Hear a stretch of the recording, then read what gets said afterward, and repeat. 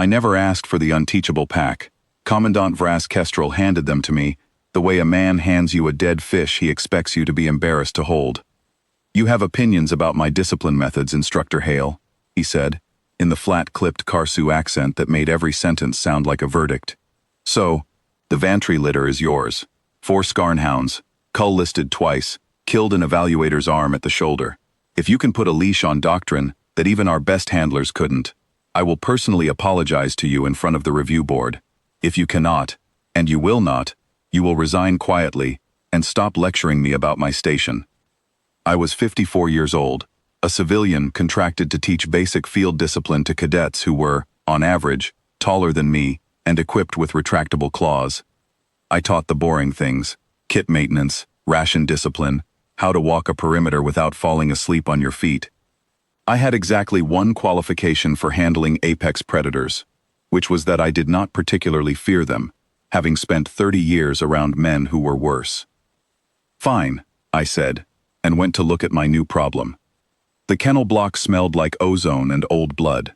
4 Terror-hounds, black quill-maned, low and long, built like something that had evolved specifically to run things down in the dark, were chained separately in bare cells, because the last time they'd been housed together they had, according to the report, coordinated. The smallest of them, no bigger than a large dog despite being maybe 8 months old, had a torn ear and eyes that tracked me the entire way down the corridor like a rifle sight. I did not approach them that first day. I sat on an overturned crate outside the bars, 30 feet back, and I made tea. I carry a field kettle everywhere. It was my father's habit before it was mine, and mine before it was anything worth explaining to alien cadets who'd never seen a man boil water for the simple pleasure of it. I set it on the little burner, and when it started its low building whistle, all 4 hounds went still. Not calm. Still. The stillness of something listening. I came back the next evening, and the one after that, always at the same hour, always with the kettle. I never opened the cells. I never spoke to them in the trained command register the handlers used, all hard consonants and rising pitch. I just sat, and drank my tea, and sometimes said ordinary things out loud, because a quiet man talking to himself is less strange than a quiet man staring at predators in silence. On the 9th evening, the smallest hound, the one with the torn ear, pressed her muzzle through the bars when the kettle whistled, and made a sound I hadn't heard from her before. Not a growl, almost a question. "Easy," I told her. "Just that. Nobody's coming for you tonight." By the 3rd week, I had them out of separate cells and into one shared run, which the kennel staff told me privately was insane, and which I did anyway, because 4 young predators kept apart from each other were 4 times as dangerous as 4 kept together with somewhere to put their energy. I named the smallest one Ash, for no better reason than the color of the ember-gray dust that settled on the kennel floor from the ventilation stacks. The other 3 took their names from what they did. Bolt, for the one who moved like a thrown spear. Low, for the one who never lifted his head until it mattered. And Cinder, the largest, who watched everything and decided nothing without checking Ash first. The handlers who'd given up on them had done everything right by the book and nothing right by the animal. They drilled the hounds on obedience the same way they drilled cadets. Repetition, correction, the assumption that a predator's will could simply be worn down until nothing was left standing but compliance. It works, sometimes, on creatures that don't remember being frightened. It had never once worked on something taut, young, that every hand near its face meant pain. I didn't correct anything. I just showed up at the same hour, made the same small ordinary noise, and let 4 animals decide for themselves, over months instead of days, that I was not going to be one more thing they had to survive. They didn't learn commands the way the academy wanted. They learned the kettle. Whistle meant the work was done, and the evening was mine and, by extension, theirs.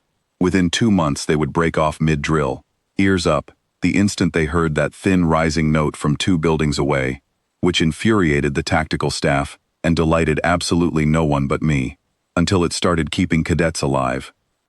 That happened on a training exercise gone wrong, out past the eastern range, when a live-fire drill lost containment, and a panicked young handler named Perrin Voss went down under a collapsed gantry with his leg pinned and his radio crushed. I heard about it because Ash heard about it first. She came off her chain in the yard like something poured rather than run, and Cinder went with her. And by the time I'd grabbed the kit and followed the sound of it, the two hounds had Perrin's collapsed section propped and were standing over him, not touching him, just standing, teeth bared at anyone who came close, until they smelled me and stepped aside. I got him out. He kept his leg. Nobody had ordered the hounds to do any of that. Nobody could have. That's the part the review board struggled with most. That loyalty, this absolute, hadn't been built into them by anyone's training program. It had simply happened, the way trust happens between two things that recognize the same thing in each other. Kestrel didn't apologize when the board convened. He tried something worse. He stood in the demonstration yard in front of 6 visiting officers from the outer garrisons and ordered Ash, directly, in full command register, to heel to him. A test, he said, of whether the pack had been trained or merely tamed, whether there was any doctrine here at all, or just an old man's trick that would collapse the moment real authority asked for obedience. Ash looked at him, looked at me, sitting on my crate at the edge of the yard with my kettle cooling in my hands because I hadn't thought to bring the burner to a formal review. Looked back at Kestrel. She sat down exactly where she was and did not move. Bolt, Lowe, and Cinder came off their positions and sat beside her, 4 dark shapes in a dead quiet yard, in front of 6 officers who had come expecting a demonstration of discipline and gotten one, just not the kind Kestrel had ordered. He stood there with his hand still raised in the command gesture, and nothing in the yard acknowledged him at all, and I watched a man's face do the particular thing a face does when it understands, all at once, that it has just been made small in front of the people whose opinion it values most. They don't answer to rank, I said, into the silence, because someone had to. They answer to the kettle. It isn't a trick, Commandant. It's just that a whistle at the same hour every night, for 2 years, means something different than a shout ever could.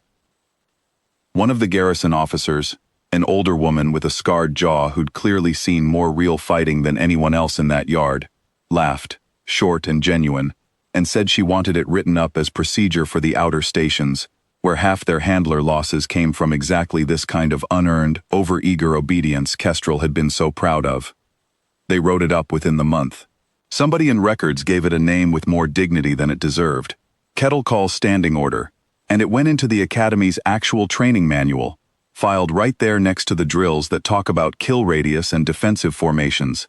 This one small paragraph about a burner, a whistle, and patience, because patience turned out to be a weapon nobody on that station had thought to measure. Kestrel never did apologize, not with words, but he stopped assigning me punishment litters, and he started sending me the ones nobody else wanted to try, which I understood, eventually, as the closest thing to respect the man had in him. Ash still comes when the kettle whistles. She's grown since, taller now than my hip, thick through the shoulder in a way that would frighten most men on sight, and she still folds herself down at my feet every evening, like she did as a torn-eared thing barely bigger than a house cat, and puts her head against my knee, and waits for the water to finish boiling before she lets herself relax. I've buried better men than Kestrel, with less loyalty walking behind their coffin than I have sleeping in my kennel tonight. I don't say that to be dramatic. I say it because it's true, and because the whistle is starting to rise, and 4 sets of ears just came up in the dark to listen for it.